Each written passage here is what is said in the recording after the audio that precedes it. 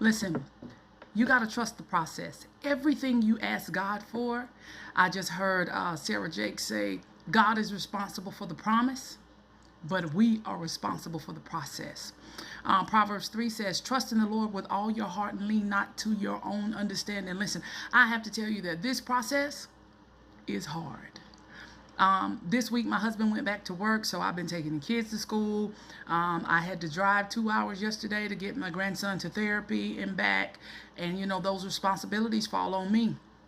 But by yesterday, day 3, the fever was back. Now it's broken at this moment, but my body's just not ready for me to be trying to do all those things yet.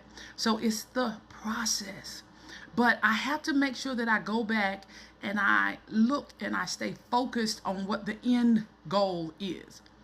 Right? The process, the part that I'm responsible for. I'm responsible for resting. I'm responsible for making sure that I don't overexert myself.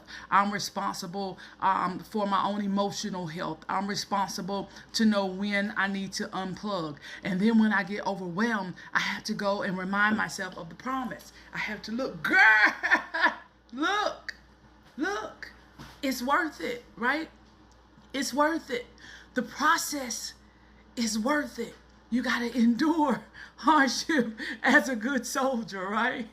And I'm just so grateful that this area right here, I don't have to worry about cysts. I don't have to worry about hidradenitis flare-ups. And now that I'm sitting in that chair and I'm craving sugar and that stuff causes flare-ups, I have to be reminded that I am responsible for the process. I have to make the good decisions. I have to get up and move. I have to say no to the things that no longer serve me because God gave me the promise. Because see, what you may not remember is that first doctor that I went to see told me that I could die on the table. He said, you are still too heavy.